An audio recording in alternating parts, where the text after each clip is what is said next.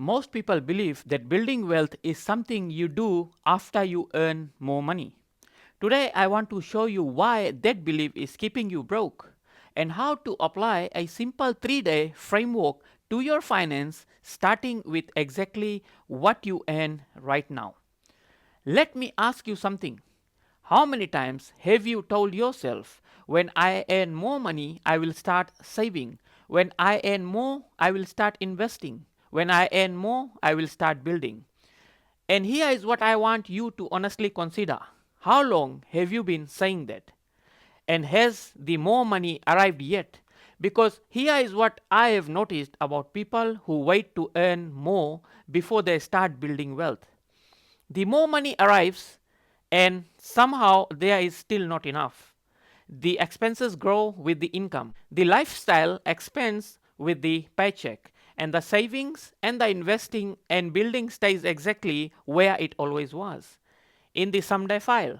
Today I want to show you why wealth building has almost nothing to do with how much you earn, and everything you do with what you already have.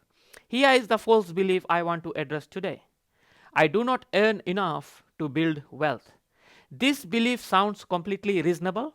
It sounds like you are just being honest about your situation. I'm not being negative, I am just being realistic. The numbers do not add up.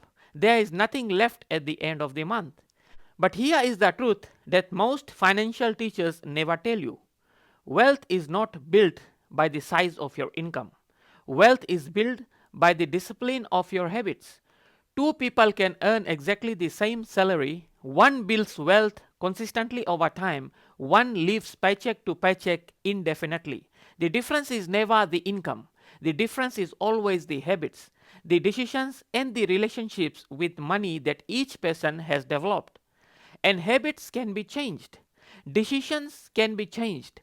Relationships can be changed.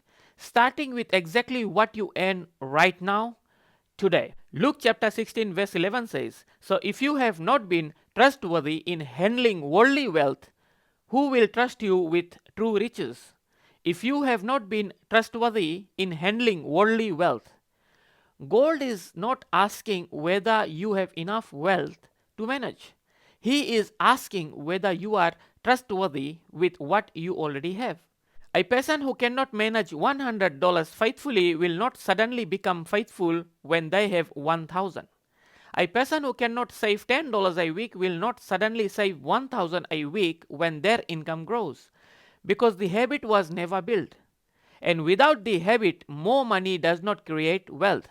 It just creates more spending. God is watching what you do with the little, and His decision about whether to trust you with the much is being made right now, based on what you are doing with exactly what you have today. So let me show you exactly how to apply the 3 days change rule to your finances. Not in theory, in practice. Starting this week, day 1 is about financial assessment and commitment. Day 1 is about seeing your financial reality clearly and honestly.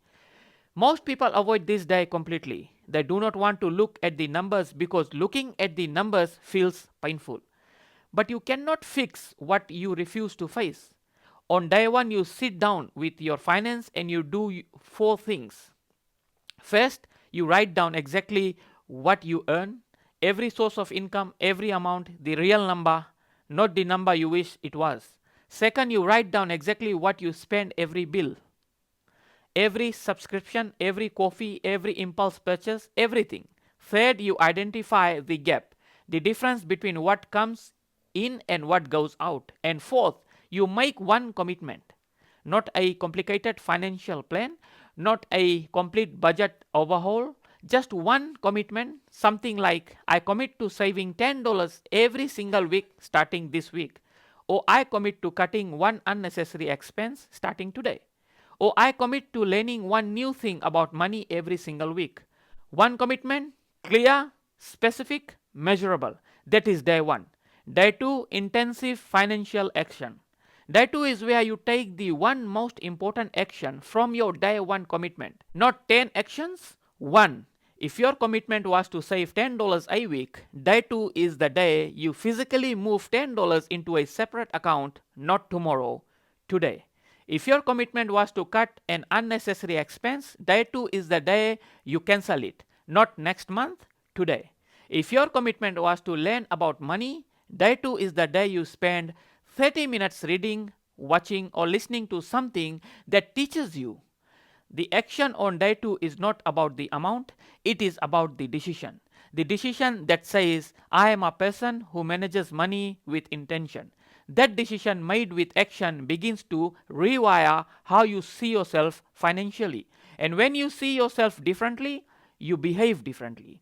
And when you behave differently, your financial reality begins to shift. Not immediately, not dramatically, but surely. Day 3, financial reflection and adjustment. Day 3 is where most people quit their financial journey, not because they failed, but because they do not stop to acknowledge what they did right. On day 3, you look back at day 1 and day 2 and you ask 3 questions. What did I do well? Acknowledge it. Celebrate it. Even if it was small, what did I learn about my relationship with money that I did not know before day 1? And what one adjustment can I make going into the next cycle that makes me smarter with money than I was this week? Not a complete overhaul, one adjustment. Because one adjustment per week compounded over a year creates a completely different financial life than the one you are living right now. That is the 3 days change rule applied to your finances. Assessment and commitment, intensive action, reflection and adjustment. Simple, repeatable, sustainable, and available to you right now regardless of what you earn. I want to share something personal with you today. There was a time in my life where my relationship with money was completely broken. Not because I was not earning, but because I had never been taught how to manage what I earn. Nobody sat me down and showed me how money works. Nobody taught me the difference between income and wealth. Nobody showed me that the habits I was building with small amounts of money were either preparing me for more or disqualifying me from it. I had to learn that the hard way, through mistakes, through cycles of earning and losing, through years of wondering why more money never seemed to solve the problem. And when I finally understood that wealth was a habit before it was an amount, everything changed. Not overnight, but steadily, consistently, one intentional decision at a time. And I documented that journey, including the financial principles behind it, in my book, Limits Exist Until You Break Them. Because I wanted the person who felt like they would never earn enough to build wealth to understand that they already earn enough to start. They just needed a framework, and now you have one. Here is the one principle I want you to take away from this video today. Wealth is not an amount. Wealth is a practice, and every practice starts small. The person who saves $10 a week faithfully for 1 year has built something far more valuable than the $520 in their account. They have built the identity of a wealth builder, and that identity, once established, scales with their income. So when the income grows, and it will grow, the habits are already in place to manage it wisely. Here is your starting point today. Open a separate account if you do not already have one. Call it your wealth account and move the smallest amount into it that you can manage without it hurting. $10, $20, whatever is honest for where you are right now. Do it today, not next week, not when you earn more. Today. Because the person who starts today with $10 is further ahead than the person waiting to start with 1,000. Here is something I want you to try right now.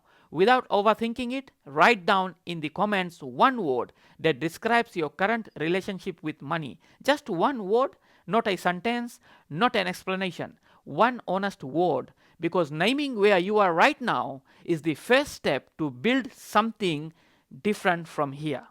Here is what I want you to sit with after this video. Most people spend their entire lives waiting to earn enough to start building wealth. And most people spend their entire lives never feeling like they earn enough. Not because the money never came, but because wealth was never really about the money. It was about the decision. the decision to be faithful with the little, the decision to build the habit before the amount arrives, the decision to become a wealth builder in identity before you became one in numbers. And here is the question I want to leave with you today. If your financial habits stayed exactly as they are right now, where would you be financially in 10 years? Not where you hope to be, not where you plan to be. Where would your current habits actually take you? Sit with that answer honestly, because in the next video, I want to talk about something that connects directly to what we just discussed. We have talked about money, we have talked about habits, we have talked about identity, but there is a specific limit that most people in a 9 to 5 job carry that goes far deeper than money. A limit that lives in how they see themselves, not as an employee, but as a person.